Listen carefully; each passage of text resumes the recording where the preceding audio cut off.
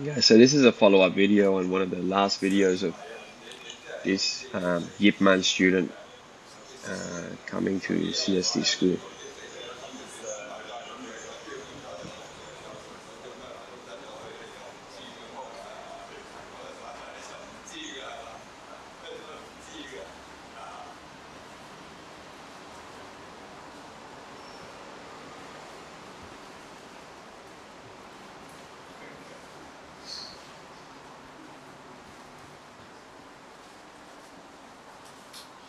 So what he was saying is you're using this, he used the term Salek, which I translate to like a kind of like fully committed, like you're going all in, fully committed, sort of stubborn force that um, not feeling what the other person is doing and just sort of blindly committing to what you want to do and saying, using that force, it's very easy to sort of, you can't even feel what the other person is doing. So it's easy to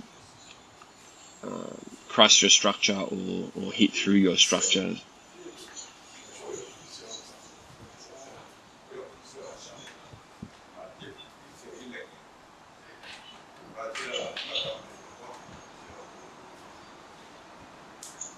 Yeah, so obviously Master Choi here, you can see he's just laughing, having a play. He's just having a play. So he's 80 years old here, and this gentleman is 15 years younger. He's mid 60s.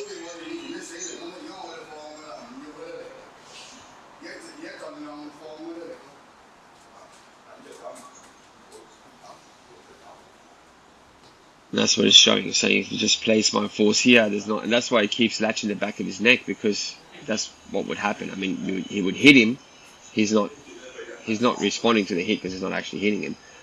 But also, he's just showing I can just fully crush his balance and crush his structure. This gentleman, this guy, is another Yip Man student as well.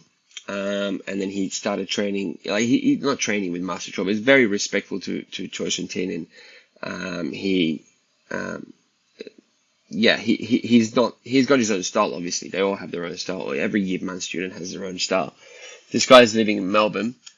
As I've said in the other videos, he ended up becoming a student of Master Choi, and he just every day he was showing up until he passed away and learning and became an advocate of his method. But in the beginning, good on him. He came in and tried it out. He was being polite, but he was trying it out. He wasn't just listening. He wanted to try his stuff to see. So good on him for doing that. He wasn't being, I don't know. Some people thought it was disrespectful. I don't think so because he didn't really hurt anyone, right? It's a martial art class at the end of the day. It's not knitting class, right? Yeah, so saying just keep the force on him. He can't run palms. He can't. Yeah, and then it's very easy to place force on him and and disrupt his balance. I'll put a link to the first video where they started doing Chi Sau. I'll put a link in this video so you can check that one out too. So now he's saying this guy is saying your hands are too tight, you're too tense, and now you can see that they're getting fired up. He's about 71 here, so he's about 6 years older. Um, that you can see his style is he disengages, looks away. I think he's trying to look like he's not bothered, but he's disengaging. He's not using the sticking quality of Wing Chun, something that Master Choi was very big on in his Chi Sau. You see, and that's why he's taking hits because he's just staying open and not bridging properly. Yeah, this guy's losing balance, but still, they're not really. Well, those last two were okay. They're not really real hits, and he's jumping around and losing balance. But still, the fact is that he's taking hits and disengaging, and you know, not not really being in range. They're throwing attacks without being in range, right? That one was maybe in range, but so so I would say he didn't do very well against this type of force. So even though Master Cho was like, yeah, he can be crushed, he wasn't able to use his thing to crush him. Good on him for having a play, right? 71, 65, 80, going at it. And then this last footage, so here's one of, there's a good friend of mine, one of my Chi Sau partners. His name is Wa. He's one of Chu Shong Tin's students. Now they're the same age. He's around, they're both in their 60s. So you watch what he does. So he's not gonna like have a play like Master Chu was. He's gonna show him, if we stick on you, what would really happen. If we don't let you run palms and have a play. So he's just dumping force on top of his arm, and you see what he's doing here would, if he did it at speed, that's what would come out. And you see the difference in the idea of the two of them. He's throwing his arm out, sort of craving contact. So have a look. So once he disengages, look, he comes to engage. You see, he's just reaching the arms out. But he's not reaching the arms out. He's sort of holding his arm out to make contact, right? He's searching for a bridge. Whereas this guy's throwing strikes. Or not really strikes. He's just flapping his arms out a little bit to try to, you see? That was like 4 flapping your arms out.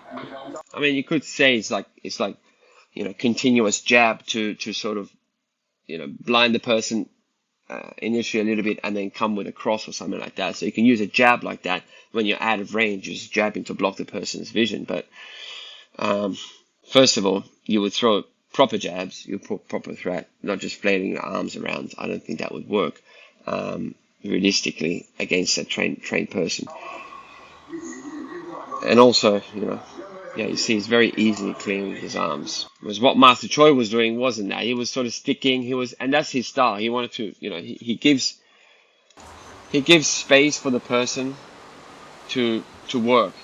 You see, just now, like this strike over the bong side here is giving space for him to work and sticking enough and keeping the force enough. You see, he's holding his hands. Master Chu says, you always pick this up on not doing something like this, right? So this is, you said you always use a fox out. Don't hold the hands, use a fox out so you can hit through it. Yeah, you can see he's holding hands, having a laugh, having him play, and just giving him space to do his stuff, to show his stuff, and then answering and chatting to him and say, okay, this is the way you're using the force. Because he came in saying, look, can you assess what I'm doing? So, he came to the school saying, can you assess? So Chu Shong Tin wasn't being egoistic saying your stuff is crap and my stuff is good, but he's just giving him space. Okay, this is what you're doing now. This is my feedback, and he's showing him this is what the thing is. But you can see, compared to what his student did, he's not. So here a little bit he took his balance, but he's just giving him space. So I thought this is a good video caught because you can see against this type of force, 3 different ways of dealing with it. Letting him work, but not giving him too much space, but still letting him work. The second guy was, I would say sort of playing his game of disengaging, throwing strikes out of range, and then, sort of point scoring, coming in and out of range and something like that, more like a boxing style thing, which is not really Wing Chun because you've got Wing Chun principles to stick. Once you, bridge, stick, and stay on him, which is then what Wa was showing. So, okay, we're in contact. So, of course, first you've got to bridge the gap. But let's say here, once the gap is being bridged and we're in contact, the force has got to stay on. But then his demonstration was not giving him space to work and just showing him what would happen if I don't give you space, which is what Chu Shong Tin was doing. So, yeah, I came across this actually in the archives just recently.